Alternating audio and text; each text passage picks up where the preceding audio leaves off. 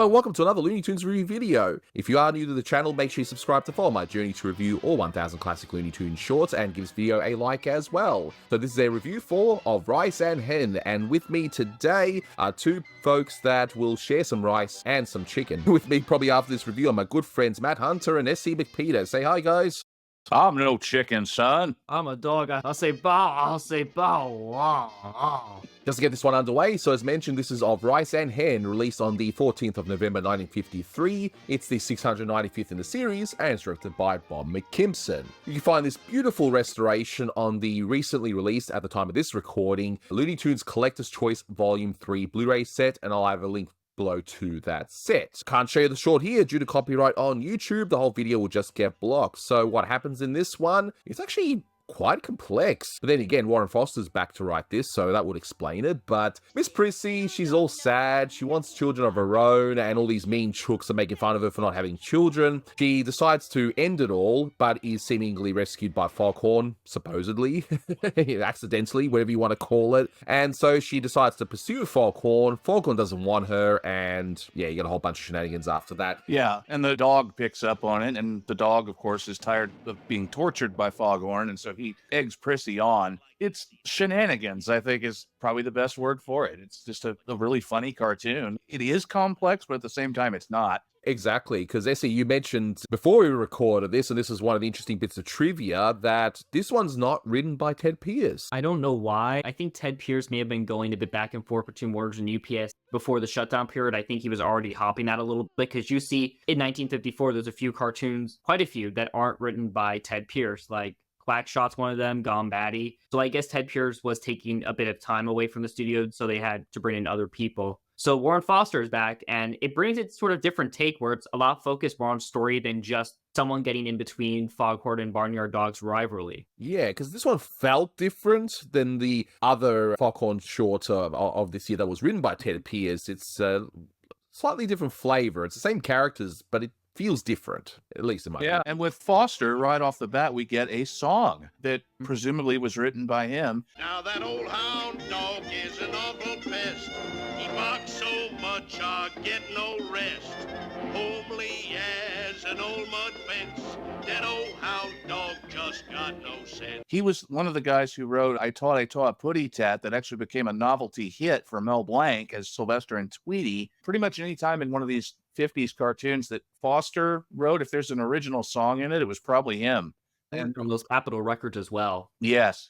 So, of course, he was really in tune with the music that was popular at the time. And so, of course, it's not just Foghorn singing a song, it's Foghorn singing a Calypso song. Calypso music had become really, really popular in the early 50s, popularized by Harry Belafonte, who was an actor and singer, who was, I believe, a Pacific Islander of origin. He came up with this Calypso sound, or didn't come up with it, just popularized it. And so it's like, oh, doggy, you're gonna get your lumps, oh, doggy.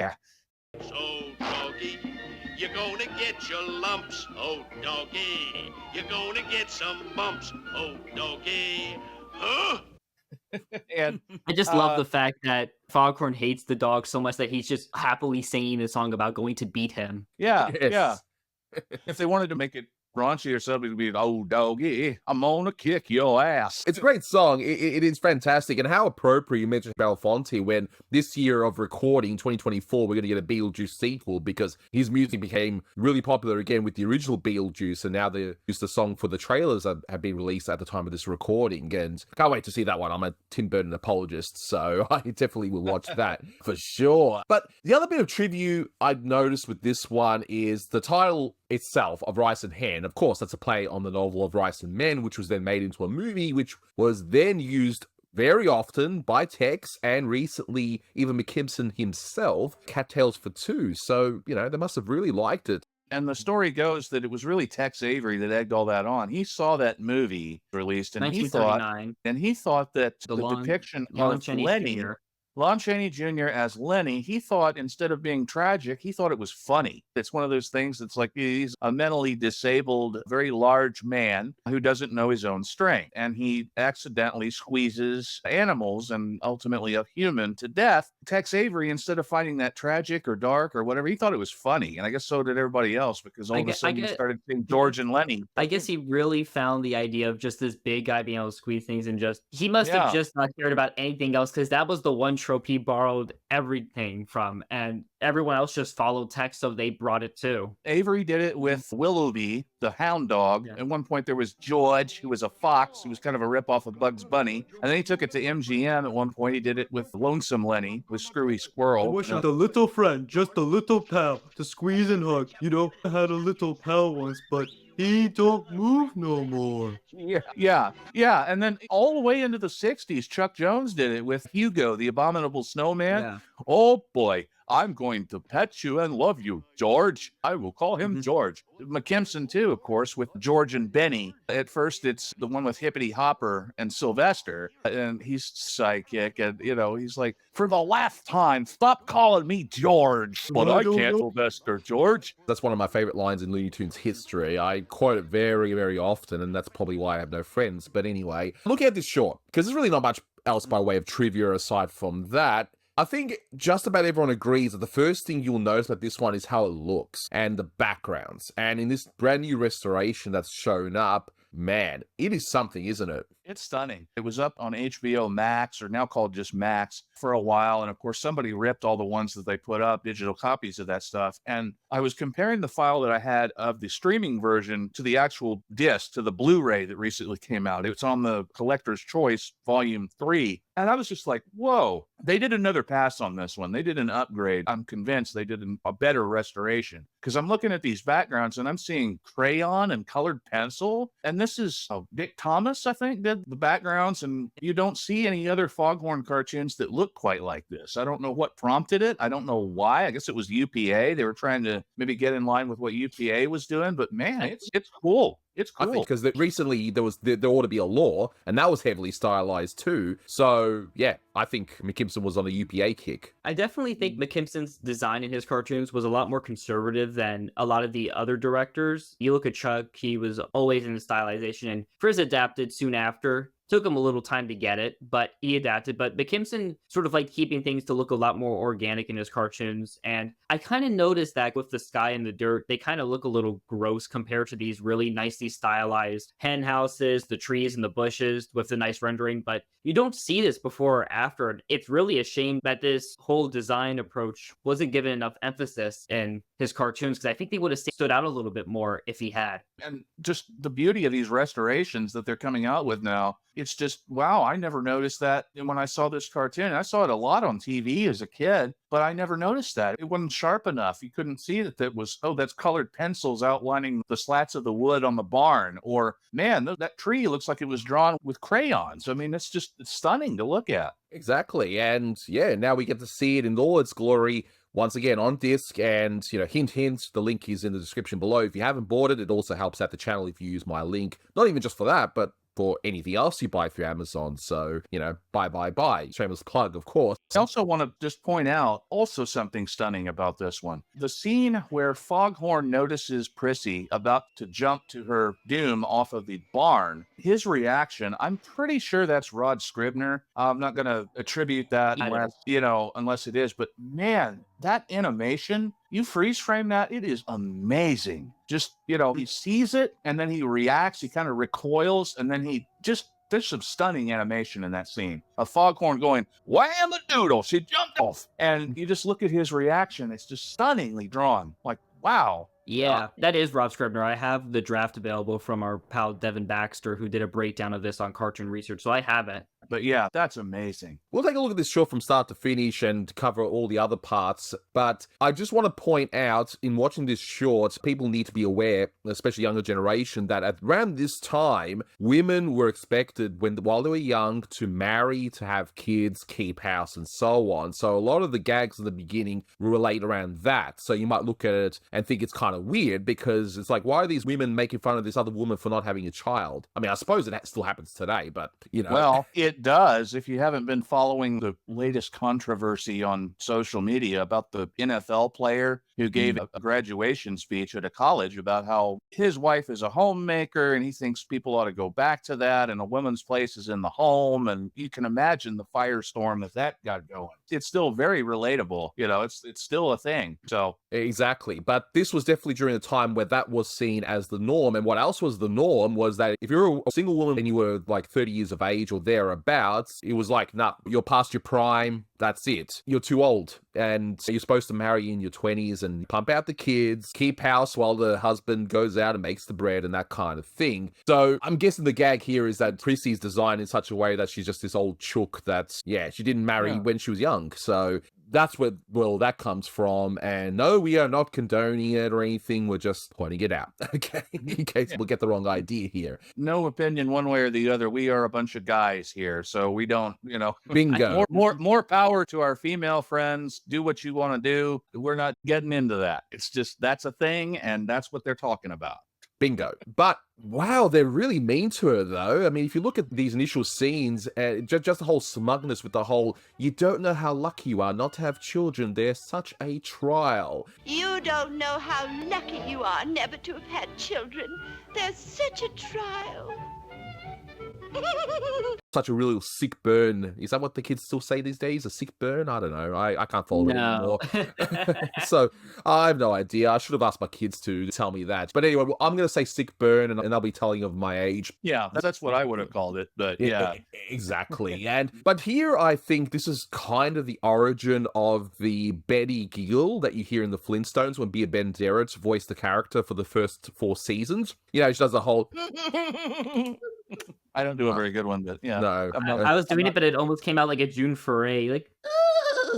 Yeah, like the June Foray Grady. Or these early shots with the gossipy hens is that it's sort of like Dumbo with all the gossipy elephants. Some of the dialogue is even similar. Like when they point out Dumbo's ears, they also do a spell out here, and it's like, I had a cousin the same way, is in both of them. It's actually kind of fascinating to see what I think is Disney's best feature, Dumbo just being this sort of like basis for these gossipy hens. The nerve of her! Why doesn't she have her own children? Oh, my dear, she'd never land a man. She's too much of a D-R-I-P, if you know what I mean. I had a cousin the same way. what exactly is the joke anyway? Ha ha, you can't have any kids? Like, how's that a joke? I don't know. I don't think it's meant to be. I think it's meant to be the catalyst to get the story going. Because, that's not funny. And the idea of a hen committing suicide is certainly not funny. But then the idea of Foghorn Leghorn going to rescue this hen who is committing suicide, and he rescues her, and then he can't get rid of her. That's the catalyst for what happened. And then you got the scenes where the chooks are just absolutely mean. It's like, don't touch my child. Why doesn't she have her own children? And that sort of thing. And one thing to pay attention to in that scene is that Bea Benaderet voices all the hens, by the way, and that's confirmed by Keith Scott in his wonderful Cartoon Voices book. And you can see how versatile she actually was. I mean, yeah, it's Bea. She does great range. It's a great range. Yeah, she was really, really good. And some of those voices she would even reuse in the Flintstones as some of the side characters that pop up every so often, like maybe, I don't know, a nurse or whatever it was. He'll be crowing next thing you know. Don't touch my child. What the very idea.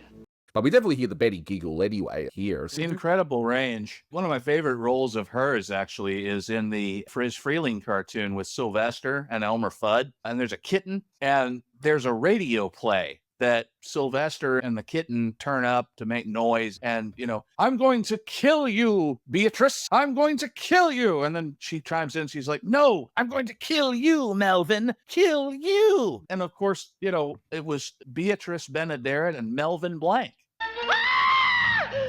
Melvin, what are you going to do with that gun, Melvin? I'm going to kill you, Beatrice. Do you hear? Kill you! Oh, no, you can't, Melvin. You mustn't. Don't shoot. That it was a parody of their origins in radio, and they were friends. They had worked in radio together. Correct. And the review is up on the channel too. It's fantastic. Kit for Cat is what that's called. Correct. So, of course, we've already covered that wonderful song at the beginning. Absolutely wonderful. That old hound dog ain't got no sense. And the lyrics, chef's kiss to that. Absolutely love it. I was trying to see if that was based off another song. I mean, you already mentioned the Calypso style, which it certainly is, but it's more, was there another song and they just changed the dialogue perhaps? But no, it's all original. It's a Warren Foster original, I'm sure. I just love Foghorn just being so delightful, as I said earlier, that he just is so excited to beat the dog that he does this. And I love the little attention that you don't realize this, but Miss Prissy was obviously listening to him because she does the Calypso dance later. So, of course, we see Prissy climbing to the roof, and Foghorn thinks she's crazy and wants to be a weather vane. Something like that anyway. But do you guys know if that bit would have been cut from any television airings? Because obviously jumping off a roof is a big no-no. Matt, do you recall if it was ever cut? I saw it uncut on Nickelodeon is where I saw it. And Right. They didn't cut anything on it. So Okay, yeah, because sometimes they'll cut that kind of thing. So I guess it depends on Somehow the that person. was the thing that was cut. They cut on ABC, they cut the whole slipping the dynamite stick, and they also cut some of the fight. They shortened it a little bit. Again, they were just cutting the actual physical violence that kids would instead try to do themselves, which they never did. I would think it would be easier to imitate jumping off a roof than it would be to find a firecracker and blow up a dog in a doghouse, but okay. Depends on the person, I guess. It's ridiculous. But anyway, whatever. Censors will be censored, you know, and I think most of them should censor themselves. But anyway. So, of course, rescues Prissy, and Prissy's now all smitten. Now, there was one reference here which I didn't quite get, and you guys, being Americans, can elaborate for me. And Foghorn mentions, she reminds me of Paul Revere's ride, a little light on the belfry. She reminds me of Paul Revere's ride. A little light in the belfry. So, what's that relating to? Well, that's the Revolutionary War hero, Paul Revere, who was, in terms of legend anyway, the guy who alerted the American colonies of the arrival of the British Army in the beginning of the Revolutionary War. He apparently rode on horseback with a lantern, and he yelled, "The British are coming, the British are coming." And he encouraged everyone to turn on their lights, including belfries and lighthouses and that kind of thing, to alert everybody that there's an army, there's an attack coming. And of course, it's also a double entendre, because when you say somebody's a little light in the belfry, it's like you're thinking in the head, maybe Easy. a little bit crazy or a little bit slow on the uptake, you could say, like elevator doesn't reach the top floor, that kind of thing. So it's a brilliant double entendre there. I know of Paul Revere, but yeah, we don't study American history to a great depth, if you will, over here. So there we are. At least the non-American people watching this can understand the reference now as well. And the bit that got a big chuckle out of me is, I don't think it was meant to be a big joke or anything, but I just chuckled. It's like, the Foghorn's like, so what was I doing again? Oh yeah, I'm going to go torment the dog. He's like, what was I doing? Oh yeah. Yeah. Now, where was it? Oh, yes. Oh, doggy, da doo dee dee doo da, doggy, doo doo dee doo doo doo.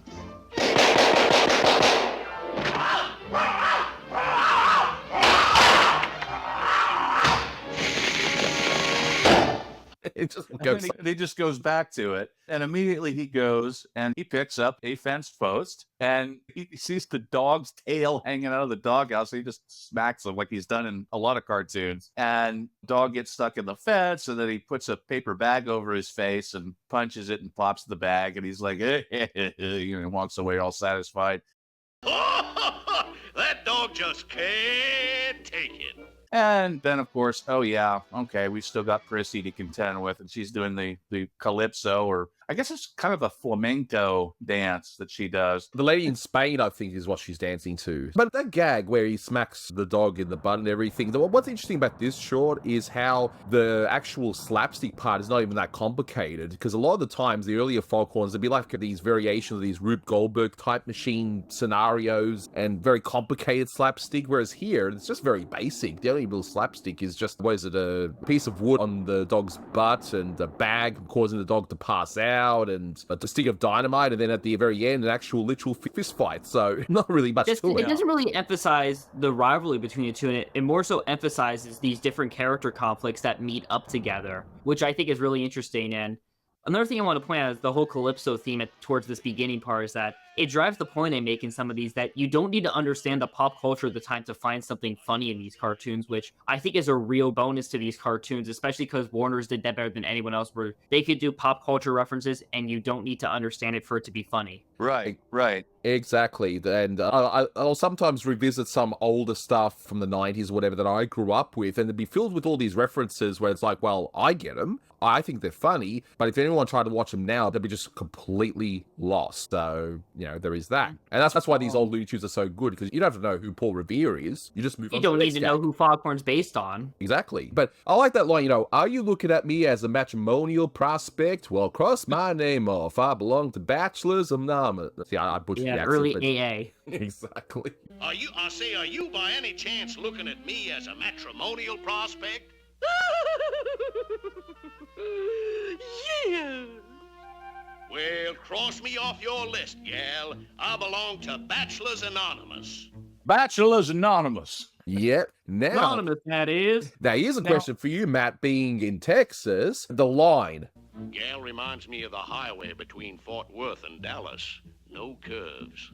She reminds me of the highway between Fort Worth and Dallas. No curves. Now, is that true? It very much is. It's pretty much a straight shot between Fort Worth and Dallas, and it is a very dangerous highway, too. I don't know if it was back in the 50s, but she reminds me of the highway between Fort Worth and Dallas. No curves. It's a straight shot, pretty much. It's interstate. You go from Fort Worth, you pass through Arlington, you pass through something else, and then it's Dallas. It's about an hour-long drive. Now, I'm wondering if someone actually went to Texas for the Warner vacation during maybe the winter or the summer, because maybe that's where they got the idea of the gag from. I don't know, but you think about it, and then they actually did a couple of cartoons about Texas in that time period. I mean, they did Oily Hair, McKimson did. Yeah. Yep. So maybe so. I don't know. Getting back to the cartoon, I noticed that the next scene that happens, but I say bow, wow. But Oh, it's yes. one of the great bits of slapstick in Looney Tunes. And I think part of it is Scribner again. But you look at the animation on this and just the timing, it's perfect. Foghorn Leghorn sneaks up on the dog's house and he's got a big firecracker. And he takes a look at the sleeping dog and he smiles and he's like, oh, we know what we're going to do here. And he reaches in and pulls a match out of nowhere. The dog sees him and immediately pulls a switcheroo. He puts the house over Foghorn while he's lighting the firecracker, and then he pulls out a trash can lid and blocks the entrance to the house and blows Foghorn up. And Foghorn then, of course, imitates the dog. I said, bow, wow. And somehow the dog is so strong that he's able to withstand the force of a dynamite exploding from shattering his whole hand. But we don't watch these things for realism, but as someone who's studied that kind of thing, I think it's funnier more so because it's like, okay. Well, that's why he's using trash I can love lid. how I also do just love when Foghorn just blowing. You see he has like these very human arms underneath. You see the actual flesh, his poultry. It's just funny to me. And you were right. Scribner does do that whole scene, and then he does the scene next of Miss Prissy feeding him all the food, and that really just emphasizes just how fat, lazy Foghorn can be in these cartoons because he's drawn all sloppy. Yep. The way to my heart through my stomach's got a detour sign through it. Oh, this one's got so many what I like to call the Foghornisms all throughout. It's just absolutely fantastic. The way to my heart through my stomach has a detour sign on it. Pay attention, gal. I keep throwing them and you keep missing them. Can't you take a hint? Yeah. So we now get to the last act, where he's just, sitting there, he's eating whatever Prissy gives him, and I keep throwing them and you keep missing them. You can't take a hint. And she finally does. So she walks off, all dejected, and then the dog gets an idea. So he has this idea, and he's like, you got to do exactly as I say. So then we see the next scene, but explain to me, why is Foghorn on a barrel shaped like a horse? Like, he's always playing these childlike games whenever Foster writes He's trying to play Foghorn. cowboy. Yeah, he's playing Cat's Cradle in one short, with the string games, like all these barnyard games, and now he's on a horse. So, yeah, like a childlike game. I don't know why. Yeah, he's playing cowboy. So Prissy's now doing the reverse psychology thing, just ignoring him, and Foghorn is now getting upset. It's like a twisted bit of psychology here. And when I saw that disguise that the dog is in, I was laughing so much. Just as the eyes. Dead eyes. Yeah, it just got me. I was just laughing, almost hysterical when I saw that. It was just, plus the bad acting, you know, when you're a great actor like Mel Blanc, having to do bad acting, it's just absolute to see. I love yous. I'll buy you jewels. We'll travel. Why, that no-good love thief. This gal loves me. I'm marrying this gal. I'm marrying this gal. Oh, no, you're not. Oh, yes, I am. Goes, I love you, you know, and all that stuff. Crazy over here.